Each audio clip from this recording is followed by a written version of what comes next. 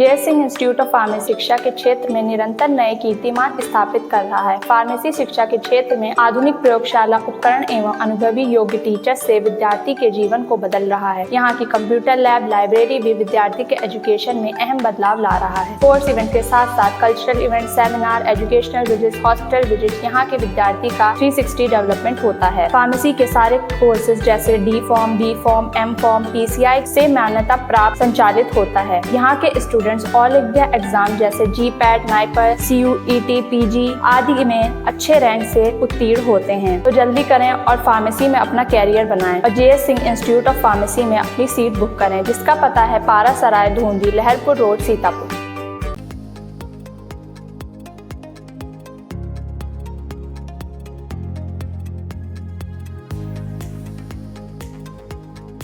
नमस्कार, स्वागत है आपका इंडिया पर और आपके साथ मैं हूं प्रियांशु मिश्रा। केंद्रीय वित्त मंत्री निर्मला सीतारमण ने मंगलवार को मोदी सरकार के तीसरे कार्यकाल का पहला बजट पेश किया। इसी के साथ उन्होंने लगातार 7वीं बार बजट पेश करने का रिकॉर्ड भी बनाया।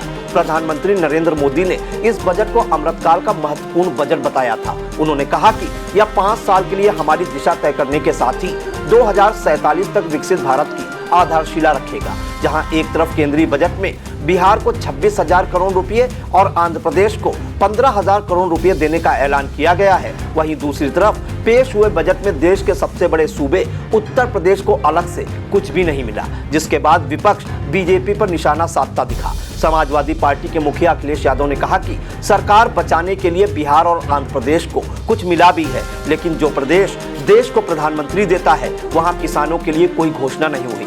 आधी अधूरी नौकरी की बात हो रही है। इस सरकार ने पिछले 10 साल में बेरोजगार पैदा किए हैं, जबकि सपा सांसद डिंपल यादव ने प्रतिक्रिया देते हुए कहा कि बजट में महिलाओं की सुरक्षा को लेकर कुछ होना चाहिए था, लेकिन बजट में कुछ भी नहीं है। किचन का ध्यान नहीं रखा गया है क्योंकि सरकार महंगाई के बारे में कोई कदम उठाना ही नहीं चाह रही। वहीं कांग्रेस प्रदेश अध्यक्ष अजय राय भी पेश हुए बजट पर सरकार पर हमलावर दिखे। उन्होंने कहा कि वाराणसी से प्रधानमंत्री नरेंद्र मोदी सांसद हैं, क्या मिला इस बजट में? मुझे नहीं लगता कि एक भी उद्योग स्थापित होने की घोषणा की गई। यूपी को क्या मिला? मेरी जानकारी में तो कुछ भी नहीं।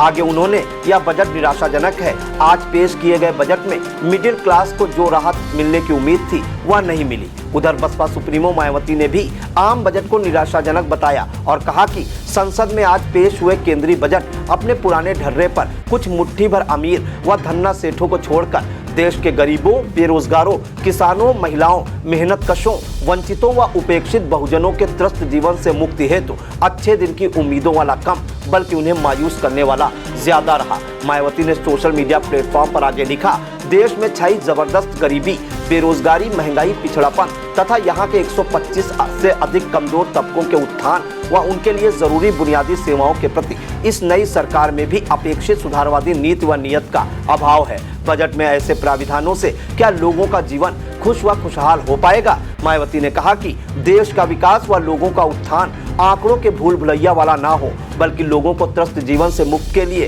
रोजगार के अवसर, जेब में खर्च के लिए पैसे, आमदनी जैसी बुनियादी तरक्की सभी को मिलकर महसूस भी हो।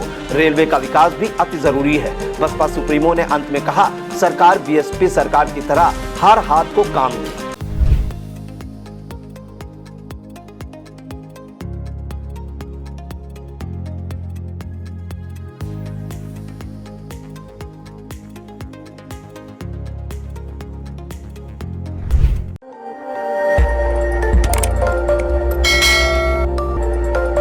खबर आपकी, नजर हमारी। देखते रहिए आई इंडिया।